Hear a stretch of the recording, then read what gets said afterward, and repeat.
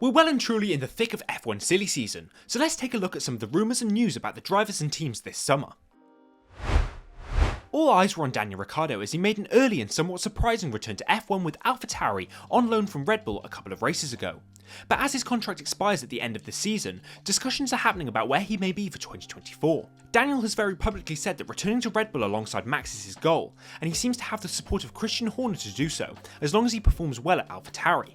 Where Daniel goes for 2024 is very dependent on how Sergio Perez recovers from his somewhat tough start to 2023.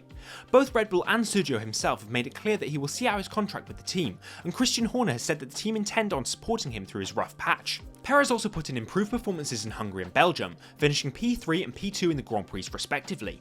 While Daniel is keen to make the move to Red Bull soon, he also understands this and knows that if he wants to get back to Red Bull, that realistically this is the best path for him. Daniel's teammate Yuki Tsunoda is also out of a contract this year, but his solid performances and experience with the tricky AlphaTauri car means it's likely he'll stay put with the team. AlphaTauri are also undergoing a rebrand and management rejig for 2024, and this could be an opportunity for Tsunoda to lead the team into this new phase. With reports suggesting the team will take more parts from their sister team Red Bull, they could head into 2024 in a much more competitive position.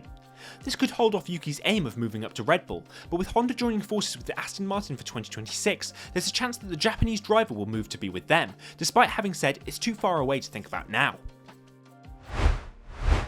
Lewis Hamilton is leaving it later than we would normally see to secure his Mercedes contract for the next few years, but Toto Wolff is not concerned about this approach to negotiations, saying that he's very confident in Lewis extending.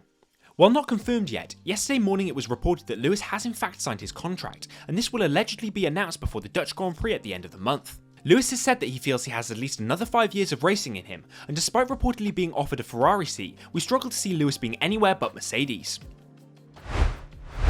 Ferrari have both of their drivers locked down for 2024, but rumours are already flying about their 2025 lineup, which, to no one's surprise, reportedly involves Charles Leclerc.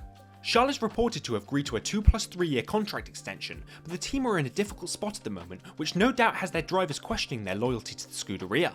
As of the Austrian Grand Prix, Charles' contract wasn't really on his mind, but he said he loves Ferrari and is happy with the team. Matters might be a bit more complicated for his teammate Carlos Sainz, who has been reportedly linked to Audi for 2026. Of course, 2026 still leaves a year for Sainz without contract, as his current with Ferrari ends in 2024, and he's keen to avoid starting next season on an expiring contract. While speculation has run wild about his future, Carlos has been firm in saying that there's been no negotiations with Audi, and instead that he wants to commit to a longer deal with Ferrari. Could you see this happening? Now, a note on the rookies and a returning driver. Logan Sargeant, Oscar Piastri and Nico Hülkenberg. Williams have been very supportive of Logan Sargeant in his rookie season, and in doing so have helped nurture his performances to find his feet in the high-pressure F1 environment. The team have started to find some performance this season, and his teammate Alex Albon has put in some solid performances that have perhaps made Logan's job a bit more difficult.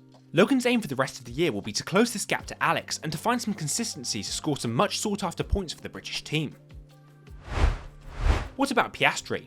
Oscar has been doing an amazing job at McLaren, particularly from Silverstone onwards where the team's upgrades seem to have placed them very competitively on the grid. Oscar earned a P3 start for the British Grand Prix, ended that race in P4 and has since led his first racing laps in F1 and finished P2 in the Belgian sprint race. Though he joined the sport in a somewhat controversial manner, McLaren have Oscar locked in for the next season, and as the year goes on, he's really showing why he was in such high demand for teams. Nico Hülkenberg's return to F1 has been excellent, and sources say that a deal to retain him and Kevin Magnussen at Haas for 2024 is close. Nico's best performances have been in qualifying, but he's also scored 9 of their 11 points this season, arguably outshining Kevin Magnussen. Gene Haas and Gunther Steiner are no doubt feeling positive about bringing in a more experienced lineup for the first time in a long time, and will be keen to keep this going. Given the unpredictability of F1 and rookie performances, speculation is growing surrounding who is waiting in the wings for a possible opportunity. Mick Schumacher is a clear option, particularly for a team like Williams due to his role as Mercedes reserve and their links to Williams. In this role, Mick has had the chance to complete some test running for McLaren and Mercedes, and despite a difficult period in F1 with Haas, would be the obvious replacement for these teams' drivers. Rumours are also currently circulating surrounding IndyCar driver Alex Palou and a possible shift to F1. Palou declined a seat with Arrow McLaren SP, McLaren's IndyCar outfit, and people are questioning whether this is to instead focus on moving to F1 for 2024 or 25. But could this be with Williams, Haas or a team like AlphaTauri? What do you think?